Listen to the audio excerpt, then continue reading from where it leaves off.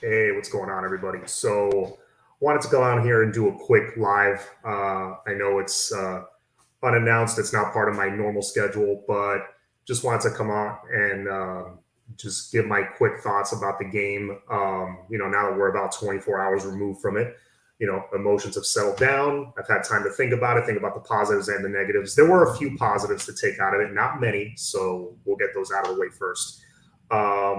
So let's get to it. So of the positives, we have a kicker. Awesome. Last year, it was an absolute luxury to have a guy like Jose Borregales, who was just automatic last year. And knowing that when you're driving and you get inside the opponent's 30 and you're pretty much guaranteed to come away with points, that's huge. And that's a relief, and it takes the pressure off your offense. So now we have Jose's little brother, Andy Borregales, who many think might even have a better career than Jose. Certainly looked the part. Ice water in his veins. He nailed his three kick attempts. I think he had two field goals and an extra point. All drilled them right down the middle. So yeah, we got a kicker. So that's great. Lou Headley doing his typical Lou Headley things. He's one of the best punters in the game. So our special teams right now in pretty decent shape. Let's see what else. De'Ara King pretty much proving what we already knew. He's a great quarterback. He's a great leader. In any given game, he's one of the top 3 or 4 players on that field, as he was yesterday, I thought. Even with as great as Bryce Young played, he might have been the most talented player on the field, but De'Ara King was one of the best players in the field. And, of course, he was very, very underutilized. Let's see. Tight end play. Well, Will Mallory didn't get used much. We didn't get to see Elijah Arroyo, unfortunately.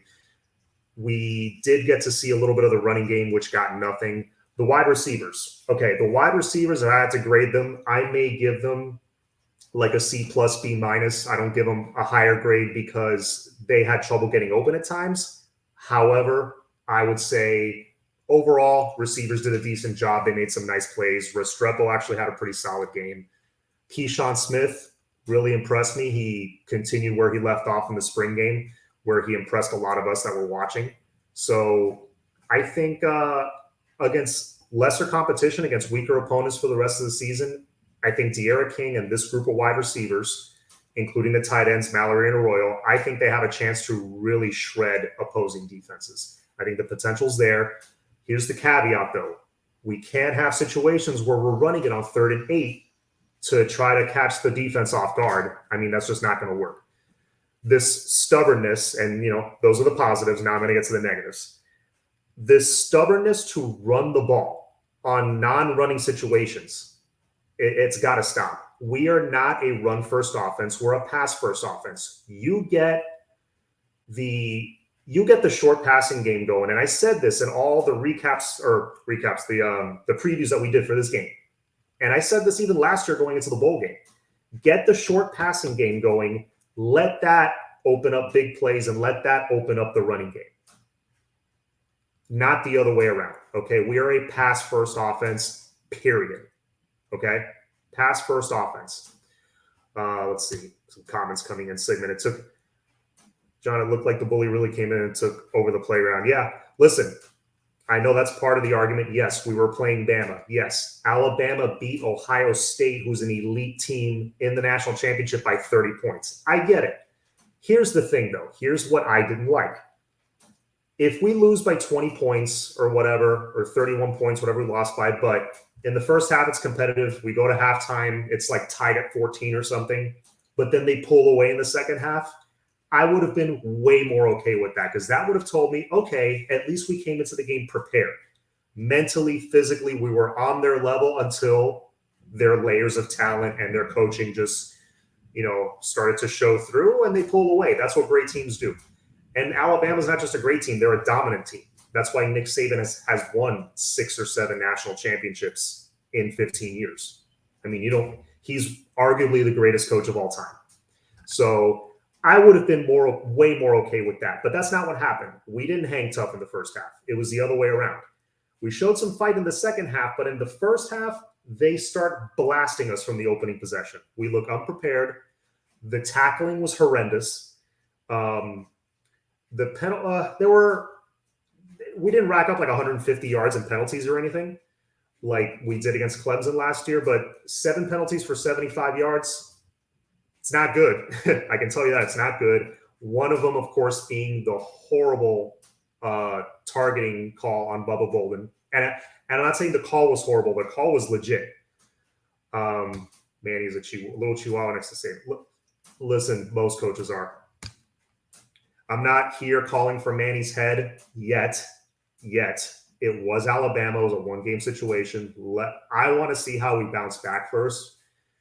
But good Lord. I mean, the tackling was horrendous, which at this point, they're football players. I don't know who you blame more, the coaching staff or the players. But, I mean, the tackling was absolutely terrible. And that led to a 10 for 16 third down efficiency for Alabama. You're going 10 for 16 on third down, you're pretty much winning every game. I don't care who you're playing against. Let's run a shotgun on goal. That was another one. Okay, so on defense, tackling was horrible. Blitzes were all getting picked up. Yes, part of it is we're going up against an Alabama O-line, and they just know how to protect their QB. I get it. But there's a lot that they got to clean up there on defense. Offense, it was less on the personnel, more on the play calling. Like I said earlier, receivers were making plays when they got a chance. De'Ara King was making plays when he got a chance. There was one play where he got face masked and ran for a first down. You saw the little flag graphic come out. I thought, he got the run, 15-yard penalty. Okay, we're getting a drive going. Nope. They didn't call the face mask. It was a holding or something. So, yeah, there's that. But the play calling was absolutely horrible, way too conservative. And I mean, against a team like Alabama, you just got scored on. You're already down 7-0. You have to score on that first drive or else the game is over.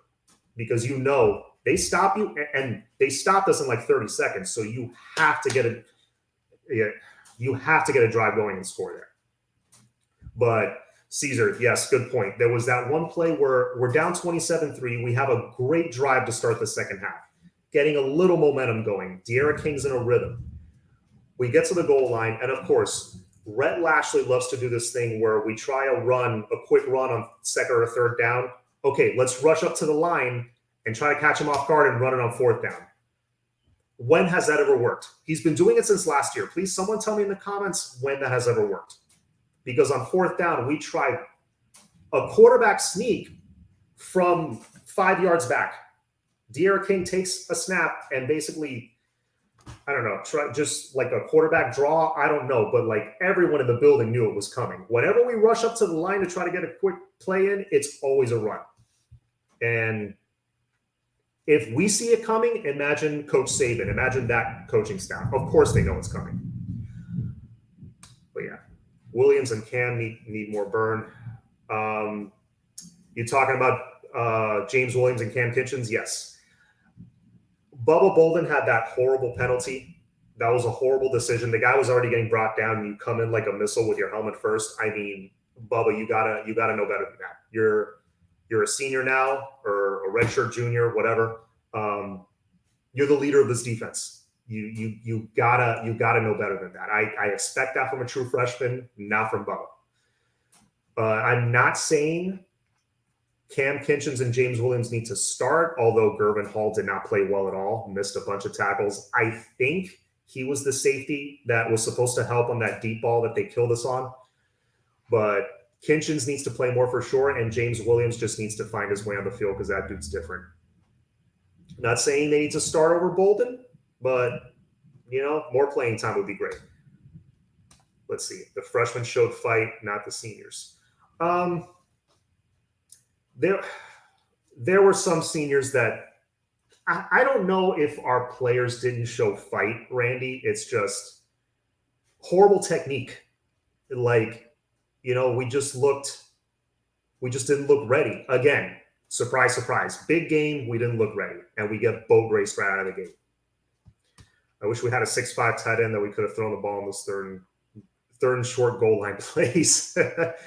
Yeah. Yeah, I laugh because we do have that guy, and he was not used. Instead, we tried to sneak it twice, and it did not work. Never worked. Yep. O line looks fat and sloppy, terrible. O line did not look good, but I mean, the strength of Alabama's team, I think, is their defensive line, and they have at least 2 or 3 guys that are going high in the NFL draft. So I'm willing to see how they look the next few games. I think they can definitely impose their will against lesser competition, but we'll see. We're not going to have um, we're not going to have a chance to really prove it against equal competition for a while until we face North Carolina or Va Tech. So they really need to bounce back quick and just impose their will. We played better in man. Yep.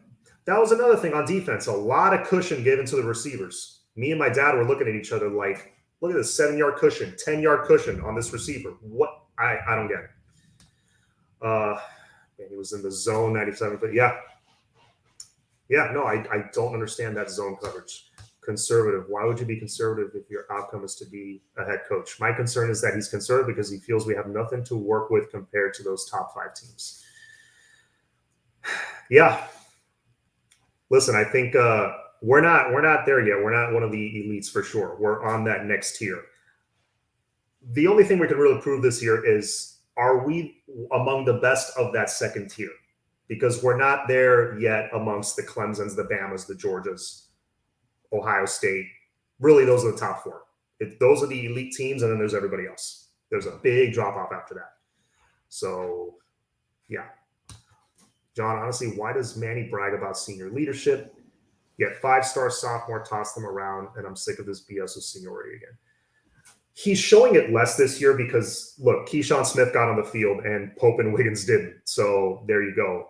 However, it seems since he's a defensive guy, it seems like he's doing it a little more on defense. I don't know what Bradley Jennings was doing out there on the field, missing a ton of tackles. I guess Corey Flagg can't play every play, obviously. You got to rotate guys, but after Corey Flagg, there's nobody at middle linebacker. You know what? I will say this. I predicted 10-2. You guys know my prediction's 10-2 for the regular season.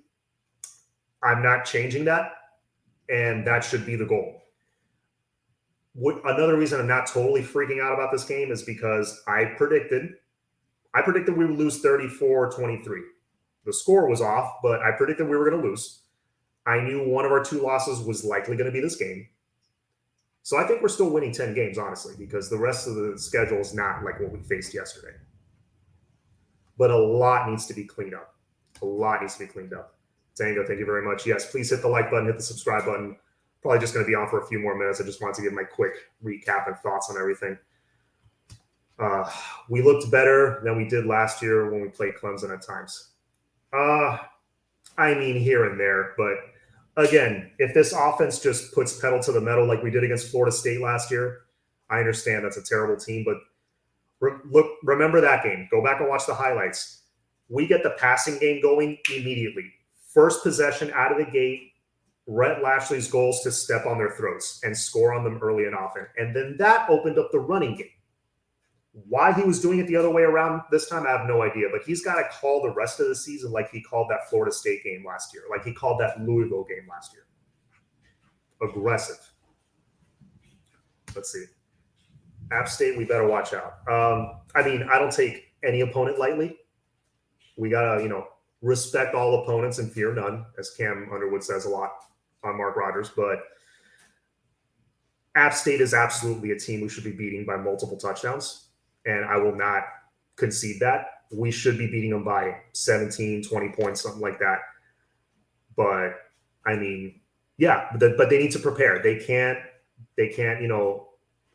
let a letdown, an emotional letdown happen in this game. If we come out in this game really sluggish and we lose or we win by like 3, then I'm coming after this coaching staff a lot harder, specifically the defensive coaching staff. App State has speed at wide receiver. That's great, but we should have great corners. Well, Lashley coach scared.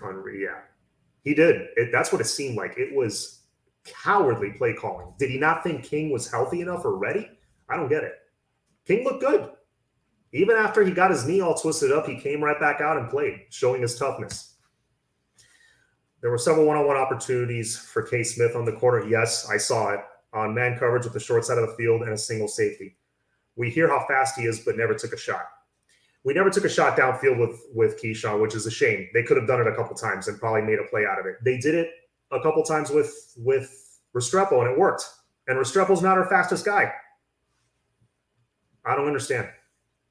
I had Miami no more score prediction for me. Yeah, I was wrong with a lot of my score predictions. I predicted Vatek to get destroyed by UNC. That didn't happen. I'm actually kind of happy about that one. But I predicted FSU to get trounced by Notre Dame. But with all my predictions going so wrong, and then going back and thinking about it, Notre Dame, they're a solid team. They're always well coached, but they lost a ton of guys. So don't be shocked if that game's close. They shouldn't lose to Florida State, but don't be shocked if that game's close. It wasn't King's fault at all. Blame Lashley and the O-line. Yeah, I agree. He had the one bad interception towards the end of the game where he's just trying to force it into a crowd. But the one earlier in the game, there was obvious this would not have changed the outcome of the game. Let me be clear. I'm not blaming the game on the refs. However, there were moments where, the calls were just absurd, or the lack of calls against Alabama. There was that one play where I want to say it was Redding. The corner was all over him, way before the ball got there. The announcers were even saying it. There was interference, and then Toa comes up and throws his shoulder pad right into his mouth. How is that not targeting? It doesn't have to be leading with the crown of the helmet. Any forcible contact to the head or neck area, which that was, he hit him right square in the face mask, is targeting. Nothing. I don't know. John, it was immature with the chain coming out, being down 27-0. Yeah, no, I don't know. I know it's important for branding and stuff, and these guys, like companies like Dime Life, they release their products, their new turnover chain